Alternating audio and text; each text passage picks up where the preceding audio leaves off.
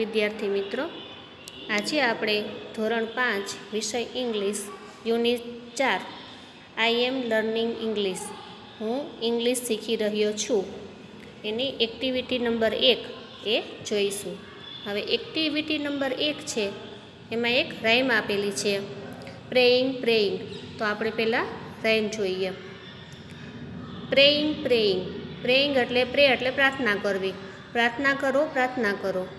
Praying praying, praying in the morning, praying એટલે કે પ્રાર્થના કરો, મોર્નિંગ એટલે સવારે, સવારે પ્રાર્થના.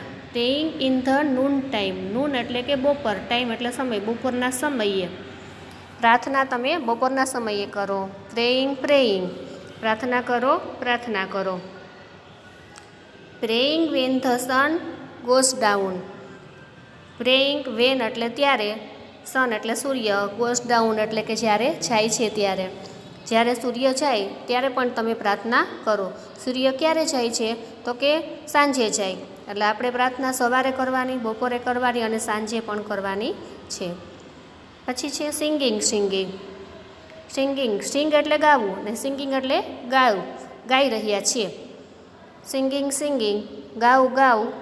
સિંગિંગ ઇન ધ મોર્નિંગ એટલે સવારે ગાવું, મોર્નિંગ એટલે સવાર, સવારે ગાવું. Singing in the noon time એટલે બપોરના સમયે પણ ગાવ. સિંગિંગ સિંગિંગ, ગાવ ગાવ. Singing van the sun goes down, જ્યારે સૂર્ય જાય ત્યારે પણ તમે ગાઓ. એના પછી છે ડાન્સિંગ, ડાન્સિંગ ડાન્સિંગ, ડાન્સ એટલે ડાન્સ કરવું, નૃત્ય કરવું, નૃત્ય કરો નૃત્ય કરો. ડાન્સિંગ ઇન ધ મોર્નિંગ એટલે કે નૃત્ય છે એ સવારે કરો. Dancing in the noon time, નૃત્ય છે એ બપોરે પણ કરો. ડાન્સિંગ ડાન્સિંગ, નૃત્ય કરો નૃત્ય કરો. Dancing van the sun goes down, જ્યારે સૂર્ય જાય ત્યારે પણ તમે ડાન્સ કરો. પછી છે સ્વિમિંગ, સ્વિમ એટલે તરવું ને સ્વિમિંગ એટલે તરી રહ્યા. સ્વિમિંગ સ્વિમિંગ, તરો તરો. સ્વિમિંગ ઇન ધ મોર્નિંગ, સવારે તરો. Swimming in the noon time, બપોરે પણ તરો. સ્વિમિંગ સ્વિમિંગ, તરો તરો. Swimming when the sun goes down, જ્યારે સૂર્ય જાય ત્યારે પણ તરો. પછી છે રીડિંગ, રીડિંગ, રીડ એટલે વાંચવું ને રીડિંગ એટલે વાંચી રહ્યા. રીડિંગ રીડિંગ, વાંચવું વાંચવું. રીડિંગ ઇન ધ મોર્નિંગ, સવારે વાંચવું. Reading in the noon time, બપોરના સમયે વાંચવું. રીડિંગ રીડિંગ, વાંચવું વાંચવું. Reading van the sun goes down, જ્યારે સૂર્ય જાય ત્યારે પણ વાંચો. એના પછી નીચે છે, તમારા શિક્ષકની મદદથી નીચે આપેલા શબ્દોનો ઉપયોગ કરી કાવ્ય ફરી ગાવો. હવે આ કાવ્યમાં છે પ્રેઇંગ છે, સિંગિંગ છે, ડાન્સિંગ છે, સ્વિમિંગ છે અને રીડિંગ છે. એની જગ્યાએ આપણે નીચે આપ્યા છે એ શબ્દોમાંથી એક પછી એક શબ્દ મૂકતો જવાનો છે અને કાવ્ય છે એ હજી પણ લાંબુ બનાવવાનું છે. તો પહેલો શબ્દ છે પ્લેઇંગ, પ્લે એટલે રમવું ને પ્લેઇંગ એટલે રમી રહ્યા. તો આપણે મૂકીને કરીએ. પ્લેઇંગ પ્લેઇંગ, રમો રમો. પ્લેઇંગ ઇન ધ મોર્નિંગ, સવારે રમવું. Playing in the noon time, બપોરના સમયે રમવું. પ્લેઇંગ પ્લેઇંગ, રમવું રમવું. Playing van the sun goes down, જ્યારે સૂર્ય જાય ત્યારે પણ રમવું. એના પછી મેકિંગ છે, પછી છે જમ્પિંગ, રનિંગ અને કુકિંગ. તો આ બધા શબ્દો વિદ્યાર્થી મિત્રો તમારે તમારી રીતે મૂકતું જવાનું છે અને આ કાવ્ય છે એને આપણે આગળ વધારતું જવાનું છે. અહીંયા આપણે જે સ્વિમિંગ છે કે રીડિંગ છે એની જગ્યાએ તમારે નવા શબ્દો મૂકવાના છે. એના પછી એક્ટિવિટી નંબર 2 છે, નીચેના ચિત્રો જુઓ અને વાંચો. અહીંયા આપણે અમુક ક્રિયાઓ આપેલી છે, તો આપણે ચિત્રો જોવાના છે અને કઈ ક્રિયા કરે છે એ કહેવાનું છે. તો અહીંયા પહેલું છે રનિંગ. અહીંયા આપણે જોઈએ ચિત્રમાં તો એક છોકરી છે એ દોડી રહી છે, તો દોડવું, રન એટલે દોડવું, ઇંગ્લિશમાં રનિંગ એટલે દોડી રહી છે. બીજું ચિત્ર છે, એમાં છોકરી છે એ નૃત્ય કરે છે એટલે કે ડાન્સિંગ, ડાન્સિંગ એટલે નાચવું કે નૃત્ય કરવું. પછી છે અહીંયા આપણે જોઈએ છીએ ચિત્રમાં તો ક્રિકેટ રમે છે, તો પ્લેઇંગ ક્રિકેટ, ક્રિકેટ રમે છે.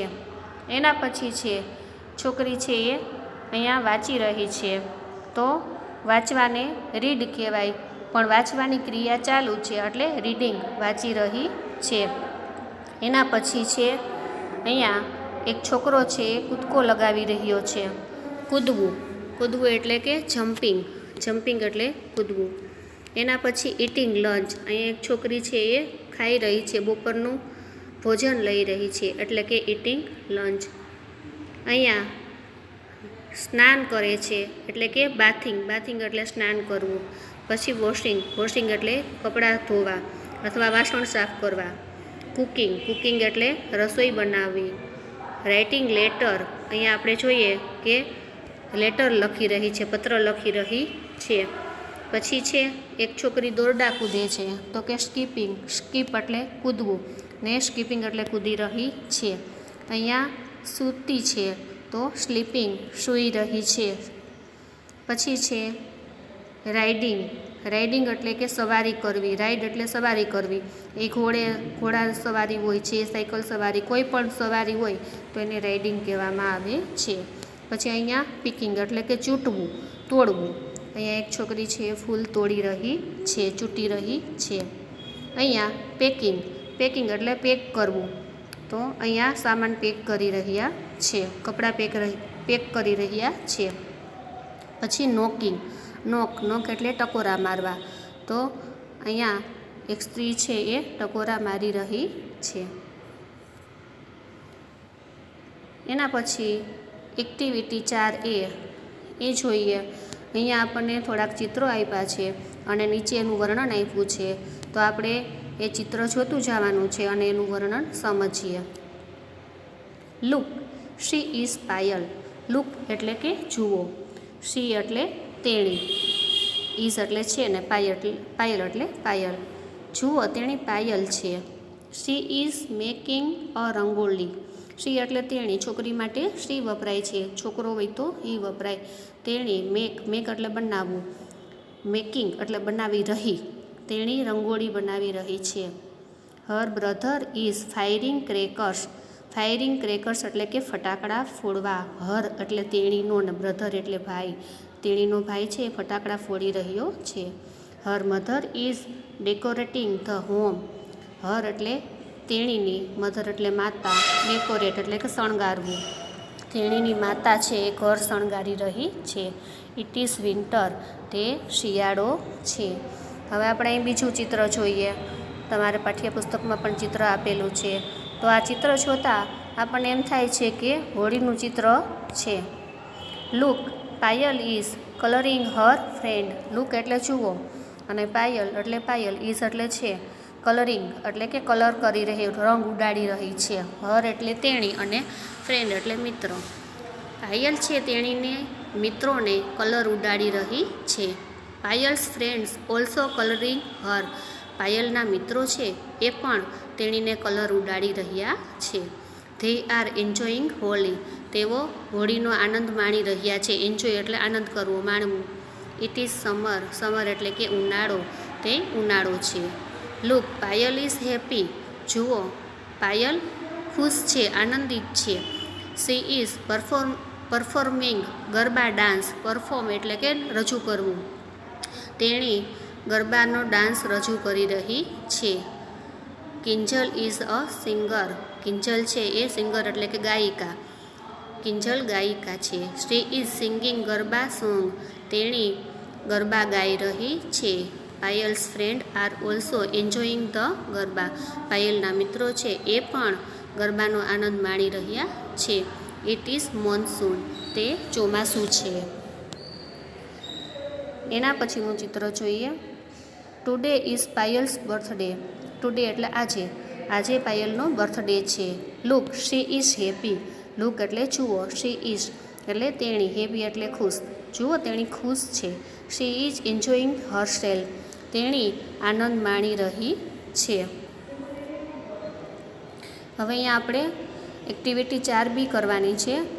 એમાં પહેલું જોઈએ બી, સાચા વિધાન સામે ટ્રુ અને ખોટા વિધાન સામે ફોલ્સ લખવાનું છે. તો પહેલું વિધાન છે વી ફાયર ક્રેકર્સ ઓન હોલી.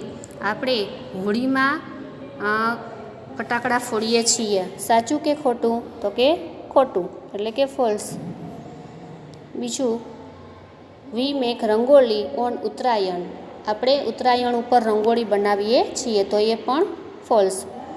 ત્રીજું we perform garba on Navratri. આપણે નવરાત્રિમાં ગરબા ગાઈએ છીએ, તો કે સાચું, ટ્રુ.